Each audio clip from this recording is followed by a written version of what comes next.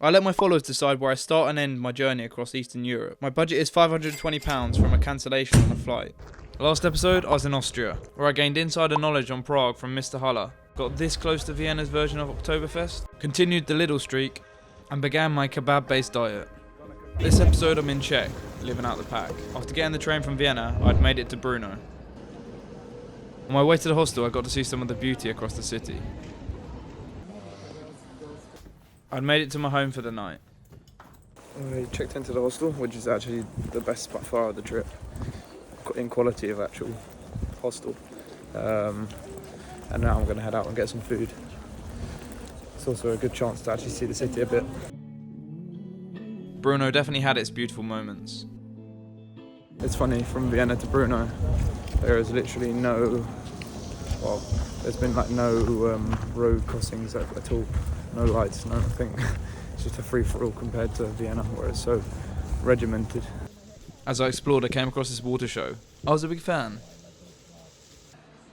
Whilst walking from the station, a shop caught my eye, Baguette Boulevard. I had to check it out. I was very impressed, good value for money too. Then it was time to hit the hay. The oh so familiar time came again.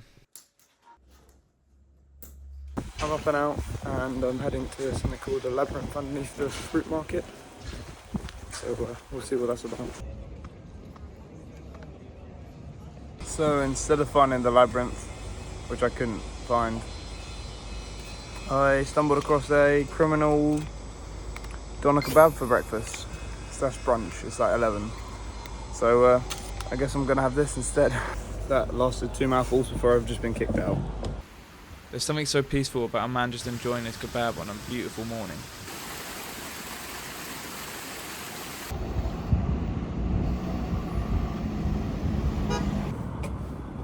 I headed up the hill to a viewpoint to burn the remaining time before my bus. I then strolled around aimlessly, waiting for my bus. Just been to another Lidl, of course. Got some pastries and some water. And I think I'm just gonna have a slow walk to the bus. I'm gonna be so early, but... So my bus was actually at midday, so I missed it. I read the ticket wrong. I thought it was 2. So I just realised, luckily I could rebook for 2, and it was about £10.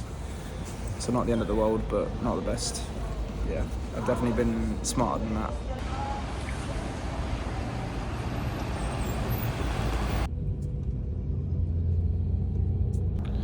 After that slight inconvenience, I made my way to Prague. I've arrived in Prague after a very slow trip. There's a lot of traffic coming into the city, sort of expected. But yeah, I've made it. It's about 5:30, so I'm heading to the accommodation, and then we'll see what happens this evening. There's a lot of social chats which are going at it, but not a lot of action, so we'll see what happens. So this accommodation is called Checkin, which I found quite funny, because it's like, you know, you're checking in. And check in I did. So has this trip have done anything to cut costs? I don't know why I'm whispering, because I'm pretty sure I'm the only one in here. I'm in a 36-man basement dorm. It's like a wall bunker. It's hilarious. Look. I'm picking the back. Right at the back. So after checking into my bunker, I looked on the forums. Nothing was really happening except for one person saying about pub crawl. So that's what I'm going to head for. We'll see how it is. It was like £10 to. There's some stuff you get, but we'll see how it is. Hopefully there's some people there who are decent, and I'm sure we'll meet people regardless. So it'll be good to see what it's like in Prague in the evening.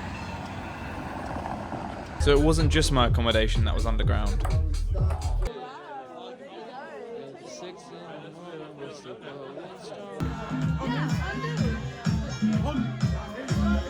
After a couple of bars, I'm heading back to the hostel.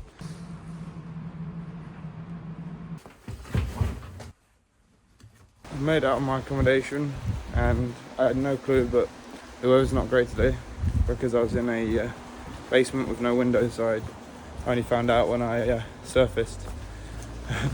But to be honest, I'm due some rain. I've had really nice days, so you got to take it where it comes. And yeah, I think I'm just gonna sort of stroll about, see what's what, and I'm very keen to head to Charles Bridge because, well, it's my bridge, so I've got to check it out.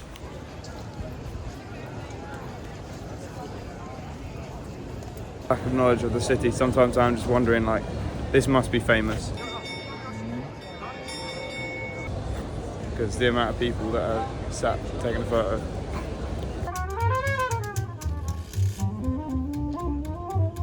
I was gonna try and get a lime scooter to go on the bridge, but with this many people, I think everyone in Prague would probably hate me, so I guess I'll stick to on foot. I have fond memories of racing across the Charles Bridge on Forza Motorsports 5, so it's surreal to be there. I've got another baguette, and then I'm going to meet Alex, who I met last night, and I think we're going to do a walking tour, because he said he's doing one. I haven't signed up, but I'll probably just tag along. Sitting on a banner like a bunch of cakes with the salt in the crown, yeah? And the reason why you're seeing them, because...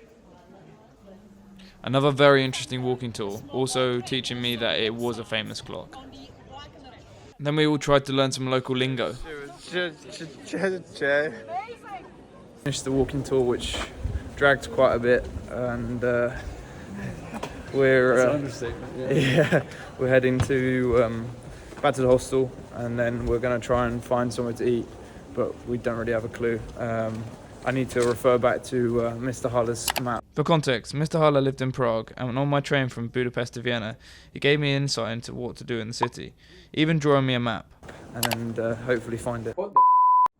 It's safe to say it wasn't the easiest map to read. That's what you're doing. Do you want to try and search? Yeah, I'll search it. Vita Mesti. Do No, you want to try Bulin? Bulin. B-U-L-I-N. Bruno? That sounds...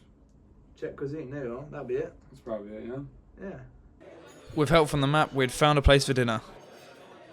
It was a great suggestion and a chance to try some local cuisine. We then had a chill evening playing some cards in the hostel. He's thrown it. He's thrown it.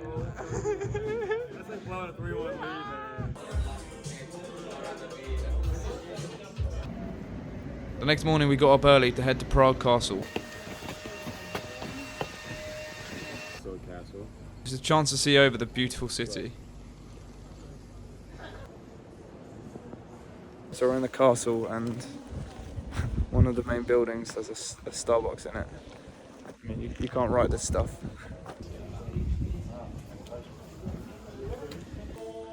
We're looking at all of the chainmail and like coats of armour, and it's just crazy. Imagine lining up against all these folk and being like, yeah, let's take them on.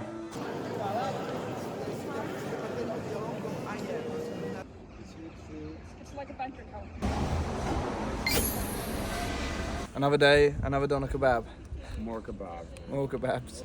After polishing another perfect breakfast, we headed to the dancing building. As an architecture student, I feel like I could have faced serious punishment for not visiting. On to Frank Gehry's dancing building. Very, very awesome. Very unique. Very interesting form.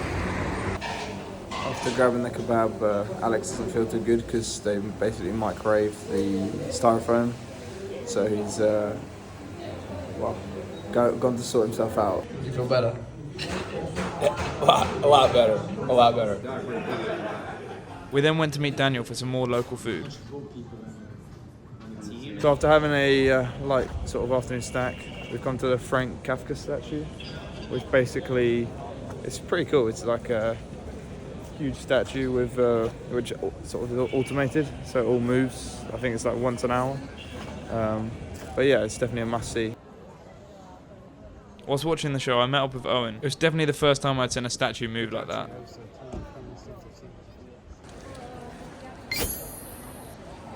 I've showed Alex the Lidl ways. We've grabbed our bits from Lidl, and this is lunch and breakfast sorted. And then we're heading back to the hostel to quickly rush back, and we're going to watch some of the football this evening, so should be good. Just sorting out the stuff in the hostel. I'm heading to the town to watch the football. I think it's Man U playing Porto, I think. So I met someone, Owen, who is a Man U fan, so I'm going to watch it with him. I mean, they give them promotions.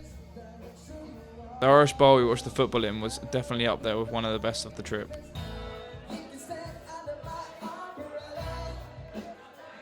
After having a sing-song, we headed to another karaoke bar. So I've just sung my absolute heart out in the karaoke bars, and that was my final night in Prague. I'll be surprised if I have my voice tomorrow, but what an evening I had, and it'll be interesting to see what we get up to tomorrow morning. Not much is the answer in short.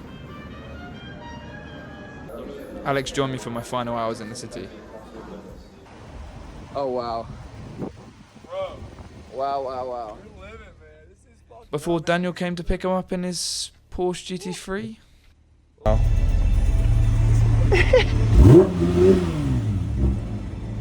Definitely a good bit of fun before I set on my way.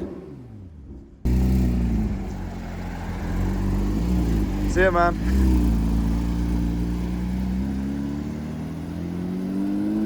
And off Alex went into the sunset. What a guy. After saying goodbye to Alex, who's been picked up in a Porsche GT3, I'm walking away with my big backpack. Two sides of the spectrum, but yeah, I'm walking over to my bus, which is 3 PM, so I've got about 2.5 hours to burn, so not sure what I'll do, we'll have to see. Seeing this place made my mind up pretty quickly. A perfect opportunity to reflect on my time in Czech. What a brilliant time I had. Shout out to everyone I met, and thank you for watching. Tune in to the next episode where I'll be finishing it all up in Berlin.